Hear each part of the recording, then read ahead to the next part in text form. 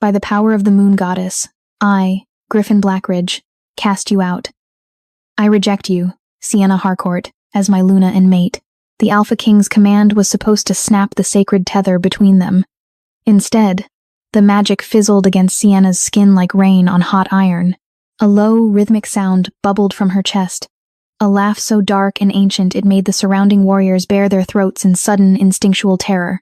The moon goddess? Sienna chuckled, her irises melting into terrifying luminescent gold. You invoke a servant to reject the queen? How adorably tragic.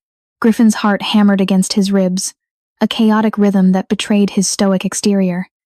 He had expected to feel a sense of liberation upon severing the mate bond. For weeks, his advisors, particularly the calculating elders, had whispered in his ear. They had told him that Sienna Harcourt, an orphan of unknown lineage with no pack backing, was too weak to be Luna. The Silvercrest pack was the strongest in the continent, bordered by vicious territories. They needed a warrior queen, a political powerhouse. They needed someone like Lycan Armand, the striking, fiercely ambitious daughter of the Western Alpha, who currently stood a few paces away, a triumphant smirk playing on her crimson lips. But as Sienna laughed, Griffin felt no liberation. Instead, a phantom claw ripped through his chest, tearing at the invisible, sacred tether that bound their souls. He winced, his jaw clenching so hard his teeth ground together. Have you gone mad, Omega? Lycan stepped forward, the silk of her gown whispering against the marble floor. The Alpha King has rejected you. Show some respect and lower your eyes. Sienna didn't even glance at Lycan. Her gaze remained locked on Griffin. The mousy brown hair she usually kept tied back had fallen loose, framing a face that was suddenly devoid of the gentle warmth Griffin had grown accustomed to over the past month. The gold in her eyes was not the standard amber of a wolf. It was the color of molten stars, ancient and burning.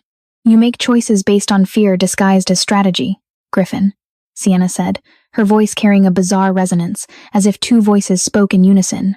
One human, one something vastly older. You look at me and see a weak link. You look at her. She finally flicked a dismissive glance at Lycan, and see an army. But armies burn, Alpha. And kings fall. Holden Wexley, Griffin's beta and oldest friend, stepped off the dais. His usually jovial face was pale, his instincts screaming at him. Sienna, Holden warned softly, sensing the volatile shift in the atmosphere. Please, just accept the rejection. Leave with your life. My life was never his to take, Sienna replied, the gold fading from her eyes, replaced by a chilling absolute calm. She turned her back on the Alpha King. In the werewolf world, turning one's back on an alpha was a challenge, an insult punishable by death. Griffin's inner wolf roared, demanding he force her into submission, but his boots felt glued to the marble. He couldn't move. A supernatural dread held him captive. As Sienna walked down the long aisle toward the heavy oak doors, the crowd parted for her, not out of respect, but out of an involuntary, instinctual terror they couldn't name. The torches lining the hall flickered, casting long, monstrous shadows against the stone walls. When the heavy doors slammed shut behind her, the pressure vanished. The wolves gasped collectively, as if they had been holding their breath. Lycan immediately rushed to Griffin's side, looping her arm through his. Good riddance, she sneered. She was clearly unstable. You made the right choice, my king. Griffin stared at the closed doors, the phantom pain in his chest expanding into a hollow, echoing void. He looked down at his hands, finding them trembling slightly. He had done what was necessary for his people. He had secured his reign, so why did it feel like he had just signed the death warrant for his entire pack? Holden, Griffin commanded, his voice rough. Yes, Alpha? Have the border patrols doubled? Something is wrong in the air. Outside the pack house, Sienna walked into the freezing night. The facade of the meek, gentle girl she had played for 5 years crumbled away like ash in the wind. Her blood, long dormant to hide her scent from the world, began to heat. The moon above, a brilliant silver, seemed to pulse in time with her heartbeat. She reached the edge of the dark forest, shedding her mortal clothes, preparing for a shift she hadn't allowed herself in half a decade. Fools, she whispered to the wind. The age of wolves is over. The ruins of Arcadia lay deep within the spine of the world, a jagged mountain range utterly inaccessible to standard werewolf physiology. The air here was thin, crackling with raw, unrefined magic. This was the graveyard of the gods, the cradle of the first shifters. And it was home. Sienna arrived 3 days after the rejection. She had not traveled by car or foot, but as a shadow moving between the trees. Her arrival was heralded by the bending of ancient pines and the sudden silencing of the mountain winds. Standing amidst the crumbling colossal pillars of the ancient temple was Jovian Belcroft. He was an imposing figure, easily 7 feet tall even in human form, his torso mapped with centuries-old scars, his eyes, completely black save for a pinprick of silver in the center, locked onto Sienna as she materialized from the mist. "You smell of heartbreak and human arrogance," Jovian rumbled, his voice like grinding tectonic plates. He knelt, a massive hand resting over his heart. "Welcome home, my queen." Sienna walked past him, her hand brushing the ancient stone of a broken altar. "Rise, Jovian. There are no queens in the dirt. There is only one," Jovian corrected, standing to his full height. "I warned you, Sienna. Playing amongst the mongrels would only bring you pain. They have forgotten what we are.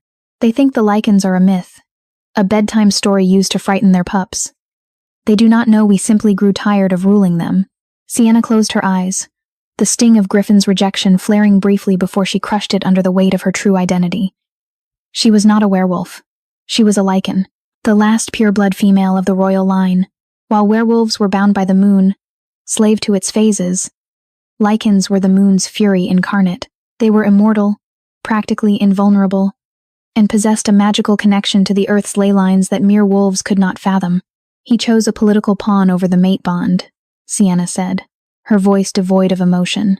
"The Silvercrest pack is rotting from the inside out, Jovian. I felt it when I was there. Their connection to the earth is severed. The alphas have become politicians instead of protectors. It is the natural order of things," Jovian said dismissively. "Let them decay. We have slept for a millennia to let the earth heal from our own wars. If the wolves destroy themselves, it is of no consequence to us." "But it is," Sienna countered, turning to face him, "because the northern darkness is stirring." Meanwhile, back in the Silvercrest territory, the decay Sienna spoke of was becoming impossible to ignore. A week had passed since the rejection, and the pack was suffering. The winter had come early and unnaturally harsh. The crops in their agricultural sectors withered overnight. The water in the eastern streams tasted of ash. Worse, the warriors of the pack were plagued by lethargy. Griffin sat in his study, staring at a map of the territories. His eyes had dark circles beneath them. He hadn't slept more than a few hours a night since Sienna left. Every time he closed his eyes, he heard that haunting laugh. He felt an agonizing tear in his soul that Lizette's desperate attempts at seduction could not mend. Holden entered the study without knocking, dropping a thick leather-bound dossier onto Griffin's mahogany desk. "What is this?" Griffin asked, rubbing his temples. "Everything I could find on Sienna Harcourt," Holden said, his voice tight. "Or rather, everything I couldn't." Griffin looked up, frowning. "Explain." "She didn't exist before 5 years ago, Griffin," Holden said, leaning over the desk. "No birth records in any human or wolf hospital. No pack affiliation. No scent trail beyond our borders. I contacted the elders in the capital. They cross-referenced her scent profile from the linens she left behind." Holden paused, swallowing hard. The machines couldn't categorize her. They said the blood markers were corrupted. Too ancient. Griffin stared at the dossier, a sickening feeling twisting in his gut. "What are you saying, Holden?" "I'm saying," Holden whispered, "that you didn't just reject an Omega. You rejected an anomaly.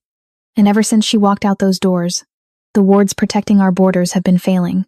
It's like her presence here was the only thing keeping the magic alive." A sudden, sharp howl shattered the quiet of the night, echoing from the northern watchtower. It was the howl of a scout in mortal terror. It was cut short, ending in a wet gurgle. Griffin shot to his feet, his chair crashing to the floor. The chill in the room had nothing to do with the winter wind. War had come to Silvercrest. In the frozen, unforgiving tundras of the north, Alpha Iskander Petrovic sat upon a throne made of interwoven elk antlers and bleached wolf skulls. He was a brute of a man, heavily scarred, radiating malice and an unquenchable thirst for expansion. The northern packs were hardened by ice and starvation, bred for nothing but conquest. Kneeling before him was Zoya Dragon, a slim, lethal female wolf whose fur in her shifted state was the color of fresh snow. She was Iskander's master of whispers, an assassin without equal. Report, Iskander demanded, chewing on a piece of raw, bloody meat. Zoya kept her head bowed, but a wicked smile danced on her lips. The Silver Crest is vulnerable, my alpha. King Griffin made a fatal error. He severed his mate bond to an unknown wolf, and in doing so, he has broken the spiritual anchor of his pack. Their land is dying. Their warriors are sluggish. The border wards have completely dissolved. Iskander stopped chewing. His pale blue eyes narrowed in predatory delight. Blackridge rejected his fated mate? For what? For an alliance with the West. Lisette Armand, Zoya said, rising fluidly to her feet. But the alliance is fragile. Lisette is malleable. She desires the crown more than she desires the man. If she were offered a stronger king, she would turn her cloak. Iskander let out a booming laugh that rattled the icicles hanging from the cavern roof. Contact her. Offer her a place as my favored concubine when I take the Silver Crest. If she opens the northern gates for us, she lives. If not, her skull joins my chair. He stood up, towering over his subjects. Gather the warbands. We march on the blood moon. Far south, in the hidden ruins of Arcadia, Amara Belrose shivered violently. She was a healer of the Silver Crest, a sweet-natured wolf who had been Sienna's only true friend during her time in the pack house. Amara had braved the treacherous mountain passes, driven by desperation and a cryptic note Sienna had left her months ago, which simply read, "If the sky turns black, look to the spine." Amara stumbled into the temple clearing, her knees giving out. She was exhausted, freezing, and terrified. She looked up and gasped, scrambling backward as the giant Jovian stepped from the shadows, his eyes burning in the dark. "A wolf," Jovian sneered, reaching out with a massive hand, trespassing on sacred ground. "Wait." Sienna's voice cracked like a whip. She stepped into the moonlight, dressed in garments woven from shadow and silver thread. She looked regal, terrifying, and breathtaking. "Sienna?" Amara cried, tears spilling down her cheeks. "Is it really you?" Sienna's harsh expression softened infinitesimally. She gestured, and Jovian stepped back into the dark. Sienna approached her friend, kneeling to press a warm hand to Amara's frozen cheek. Instantly, the cold vanished from Amara's body, replaced by a soothing, magical warmth. "You shouldn't have come here, Amara. The mountains are dangerous," Sienna said softly. "I had to," Amara sobbed, clutching Sienna's hands. "Sienna, the pack is dying. Griffin is losing his mind. But worse, Iskander is marching. We received word from a dying scout. The northern army will be at our gates by the blood moon. They outnumber us 3-1, and our warriors are sick. They will slaughter the pups, Sienna. They will burn the nurseries." Sienna's jaw tightened. Griffin made his choice. He wanted a strong pack. Let him defend it. "He's a fool!" Amara yelled, surprising herself. "But the children aren't. The Omegas aren't. I know you are something more than you pretended to be. I can feel it radiating from you. Please, Sienna, if you ever cared for me, help us." Sienna stood up, looking toward the horizon. The Lycan law was absolute. Do not interfere with the wars of lesser beasts. Let the weak perish to feed the strong. But as she looked at Amara's desperate, tear-streaked face, she felt the phantom pull of the severed mate bond. Griffin had rejected her, but the land of the Silver Crest, the innocent lives within it, still felt like hers to protect. "Jovian," Sienna called out, her voice echoing with command. "My queen, sharpen your claws," Sienna ordered, a dangerous, thrilling smile curving her lips. "We are going to a summit." The march to the neutral ground, known as the Howling Valley, felt like a funeral procession. The sky above was a bruised, rotting purple, bleeding into the eerie, crimson light of the rising blood moon. The valley itself was an ancient amphitheater carved from black obsidian, a jagged basin where alpha kings had met to broker fragile peace or declare bloody war for centuries. The air was thick with the scent of ozone, damp earth, and the undeniable musk of predator fear. Griffin stood at the center of the valley, his boots crunching against the frosted black glass. His heart was heavy with a dread, so profound it threatened to pull him to his knees. Beside him stood Holden, gripping a silver-forged blade, his jaw set in a grim line. Behind them, a meager contingent of 50 Silvercrest warriors formed a defensive crescent. They looked haggard, dark shadows bruising the skin beneath their eyes. Their wolves were restless, scratching frantically beneath the surface of their skin, sensing the unnatural sickness that had infected their lands. Clinging to Griffin's arm was Lysette. She wore a dress of deep burgundy velvet, wrapped in a heavy fur cloak. Unlike the warriors behind her, she looked entirely too calm, her eyes darting across the dark ridges of the valley with calculating precision. Griffin noticed her lack of fear but chalked it up to Western arrogance. He was too exhausted, his soul too deeply fractured by Sienna's absence, to see the truth right beside him. Across the valley floor, emerging from the red mist like phantoms born of nightmares, came the Northern Army. Iskander Petrovic did not bring a diplomatic envoy of 50 warriors. He brought a tidal wave of muscle, fur, and rusted steel. 500 massive, feral northern wolves poured over the obsidian ridges, their eyes glowing like malignant stars in the dark. The sheer collective weight of their footfalls caused the valley floor to tremble. Beside Iskander walked Zoya, her pristine white fur already stained at the muzzle with the blood of Silvercrest scouts who hadn't made it back. Iskander himself looked like a walking mountain, a savage grin splitting his scarred face. Griffin forced himself to stand taller, projecting his alpha aura outward. But the energy felt fractured, like trying to hold water in a shattered glass. Without his fated mate, his dominance was hollow. Iskander! Griffin's voice boomed, echoing off the obsidian walls, though it lacked its usual thunder. You trespass on treaty lands during the blood moon. Withdraw your forces beyond the frost line, or the Silvercrest will bury you here in this glass. Iskander threw his head back and laughed, a cruel, booming sound that made several of the Silvercrest wolves flinch. Bury me? Alpha Blackridge? You look like you can barely stand. Your aura stinks of decay, and your pack smells of slow rot. You are a broken boy playing dress-up in a dead man's crown. Iskander stepped forward, his massive frame radiating heat and bloodlust. I did not come to parley, Griffin. I came to accept your absolute surrender. Bow to me, sign over the deeds to the southern streams, and I will let your women and pups live as our servants. Refuse, and we will feast on your elders tonight. Never.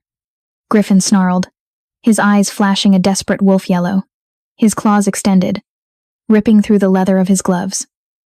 We will fight to the last drop of blood. We do not kneel to savages. How incredibly noble. A feminine voice chimed in. It was soft, dripping with venom. It wasn't Zoya. Griffin felt the warmth leave his right arm. Confusion washed over him, momentarily blinding him to the danger. As Lysette stepped away, she didn't retreat to the safety of the Silvercrest guard. She didn't draw a weapon. Instead, she walked deliberately, fluidly, across the open space of the valley floor, stopping directly at Iskander's side. Iskander smirked, wrapping a massive, scarred hand around her waist, pulling her flush against him.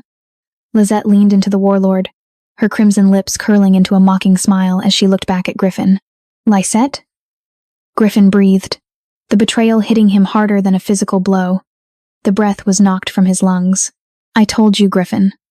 Lysette purred, her voice echoing in the quiet valley. I need a king. You offered me a dying territory and a heart that was clearly bleeding for some pathetic omega you cast out. Iskander offered me the continent. Holden roared in fury, taking a step forward. You traitorous bitch. You gave them our patrol routes. I gave them much more than that, Beta. Lysette laughed. I disabled the Western Valley runes this morning while you were all weeping over your dying crops. His flanking army is already surrounding your pack house.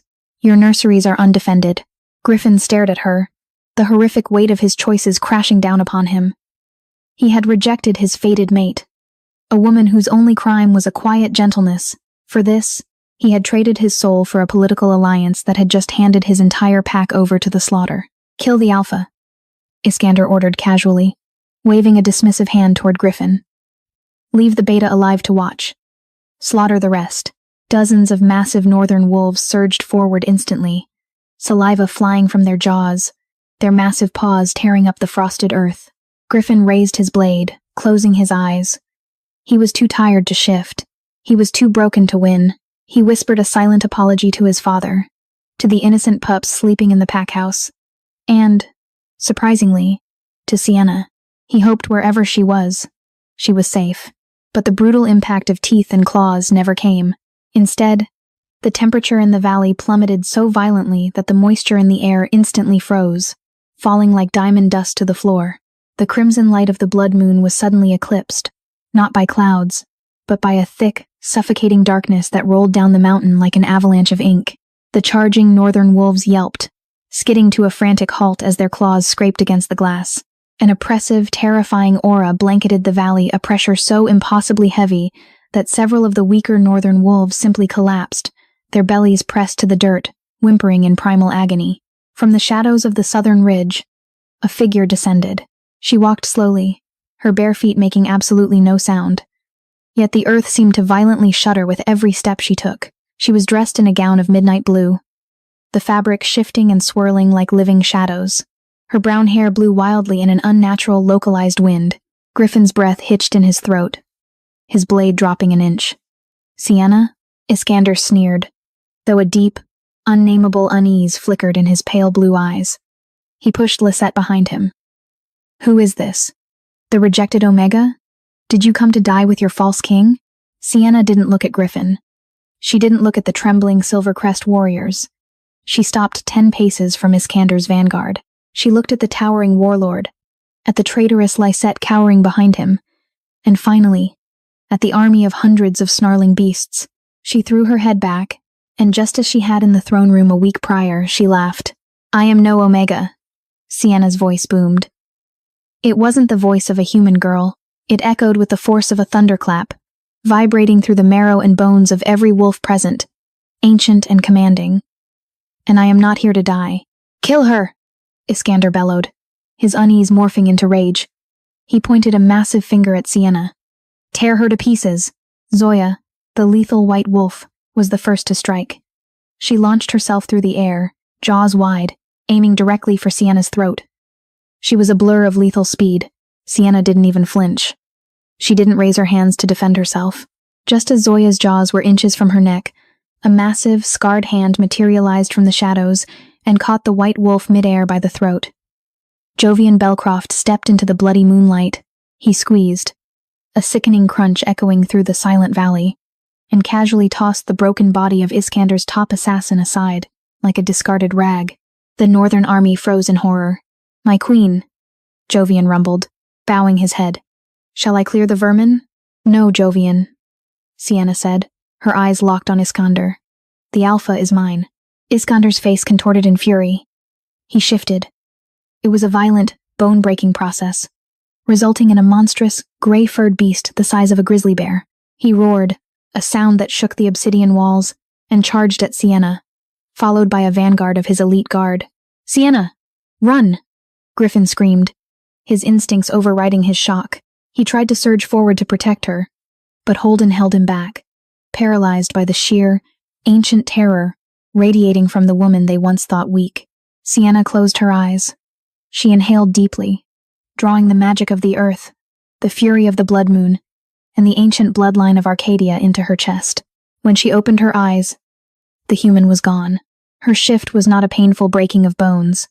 It was a fluid, explosive expansion of shadow and moonlight. The shockwave of her transformation blasted outward, throwing Iskander's charging vanguard backward through the air. Where Sienna Harcourt had stood, a monster of myth now towered. She was a Lycan, 9 feet of rippling muscle, covered in fur the color of a starless night, interwoven with streaks of shimmering silver. Her claws were like black scythes, her muzzle long and aristocratic, housing teeth that could snap steel. But it was her eyes that paralyzed the valley twin suns of burning, unforgiving gold. The Lycan Queen unleashed a roar. It wasn't a howl. It was a sound of pure, primordial dominance. It was the sound of the apex predator reclaiming the top of the food chain. The sonic force of the roar shattered the obsidian rocks nearest to her, and forced every single wolf in the valley, Silvercrest and Northern alike, to their bellies. They couldn't help it. Their DNA, coded with millennia of subservience to the Lycan bloodline, forced them to submit. Even Griffin, the Alpha King, found his knees buckling, crashing into the dirt, staring up at the majestic, terrifying god of his ancestors. Iskander, driven mad by bloodlust, fought the compulsion. He lunged at the Lycan Queen, his jaws snapping for her leg. Sienna moved with a speed that defied her massive size. She sidestepped the attack with liquid grace, her hand shooting out to grip the back of Iskander's neck. She lifted the massive, thrashing alpha off the ground with one arm, as effortlessly as one might lift a pup. Iskander clawed frantically at her arm, his claws sparking against her fur but leaving no mark. Her hide was impenetrable. Sienna looked into his panicked, bulging eyes. The ancient intelligence in her golden gaze promised nothing but oblivion. With a swift, brutal motion, she slammed him into the obsidian floor. The earth cracked spiderweb fractures around the impact point. Iskander did not rise. He shifted back into his human form, broken, bleeding from his mouth, staring up at her in absolute terror. The Lycan queen placed one massive, clawed foot lightly on his chest. She looked up, her golden eyes scanning the hundreds of northern wolves who were flattened against the dirt, whimpering, "Submit!" Her voice echoed in their minds. A telepathic command heavy with ancient magic. Or perish. As 500 northern wolves bared their throats to the sky in absolute submission. The blood moon began to set, giving way to the pale, hesitant light of dawn. The howling valley was eerily silent, save for the ragged breathing of the exhausted wolves. Sienna's form began to shrink, the shadows wrapping around her like a cocoon. When the darkness faded, she stood in her human form once more, unharmed, her blue gown untouched by the dirt and blood that painted the valley. She looked breathtakingly ethereal, but the aura of the goddess remained, an invisible weight pressing down on everyone present. Lysette Armand was on her knees, sobbing uncontrollably. The moment Iskander fell, she realized she had wagered her soul on the wrong monster. Sienna didn't even grant the traitor a glance. Jovian stepped forward, hauling Lysette to her feet by her hair, dragging her away to face the justice of the elders. Sienna slowly turned her gaze to the Silvercrest wolves. They were still kneeling. Holden Wexley had his head bowed so low his forehead touched the earth. Finally, her golden eyes settled on Griffin. He was kneeling before her, battered, humiliated, and utterly broken. The man who had stood so proudly in his throne room, choosing politics over destiny, now realized the catastrophic magnitude of his error. He had thrown away a literal deity because he thought she lacked power. Griffin looked up, tears cutting tracks through the dirt on his face. The mate bond, the tether he thought he had severed, flared to life within his chest, not as a gentle tug, but as a roaring, agonizing inferno of longing and regret. "Sienna," Griffin choked out, his voice hoarse. He reached a trembling hand toward her. "My mate, my queen. I was a fool. I was blind. Please, forgive me." Sienna looked down at him. There was no hatred in her eyes, but there was no immediate warmth either. There was only the vast, unfathomable depth of an immortal ruler. "You did not reject me because you were blind, Griffin," she said, her voice soft but echoing in the quiet valley. "You rejected me because your pride was louder than your soul. You wanted a weapon you could wield, not a partner you had to respect." Griffin flinched as if struck. "I will spend the rest of my life making it up to you. I will give you the throne. I will be your sword. Just do not leave me in the dark." Sienna stepped closer, the scent of midnight and ozone washing over him. She reached out, her cool fingers tilting his chin up so he was forced to meet her glowing eyes. "I am reclaiming the throne, Griffin Blackridge. Not as your Luna, but as the Lycan queen," she declared, her voice carrying across the valley so every wolf could hear the dawn of a new era. "The packs will be united under my banner. The wars of petty alphas end today." Griffin's breath hitched. "And what of me?" A tiny, enigmatic smile played on Sienna's lips. A smile that was both a promise of heaven and a threat of hell. "You severed our bond in the eyes of your people," Sienna whispered, leaning in so only he could hear. "If you wish to be by my side, Alpha, you will not simply step back into my bed. You will kneel at the foot of my throne. You will earn my trust, day by day, battle by battle, until I decide you are worthy to stand as my king." She released his chin and stepped back, turning toward the rising sun. Griffin remained on his knees, his heart pounding with a mixture of crushing subservience and a burning, desperate hope. He had lost his docile mate, but he had found his goddess, and he would tear the world apart to earn her gaze. "Rise, my wolves," Sienna commanded, the golden light of the dawn catching her hair like a physical crown. "We have a kingdom to rebuild." She laughed at the Alpha King is a testament to the fact that true power doesn't always roar. Sometimes, it waits patiently in the shadows. Griffin's tragic flaw was his pride, confusing quiet grace with weakness. In rejecting Sienna, he didn't just lose a mate. He awakened a sleeping god. Yet, In her mercy and immense strength, Sienna didn't destroy him. She demanded his evolution. She forced an arrogant boy to become a man worthy of a Lycan queen. Their journey from a shattered bond to an empire rebuilt on earned respect and electric tension reminds us that our greatest mistakes can lead to our most legendary destinies. If this atmospheric, suspense-filled tale of betrayal, hidden power, and hard-earned romance kept you on the edge of your seat, please like this video, share it with your fellow wolf romance lovers, and subscribe to the channel for more epic, cinematic stories. Let us know in the comments if you think Griffin will ever truly earn his place by her side.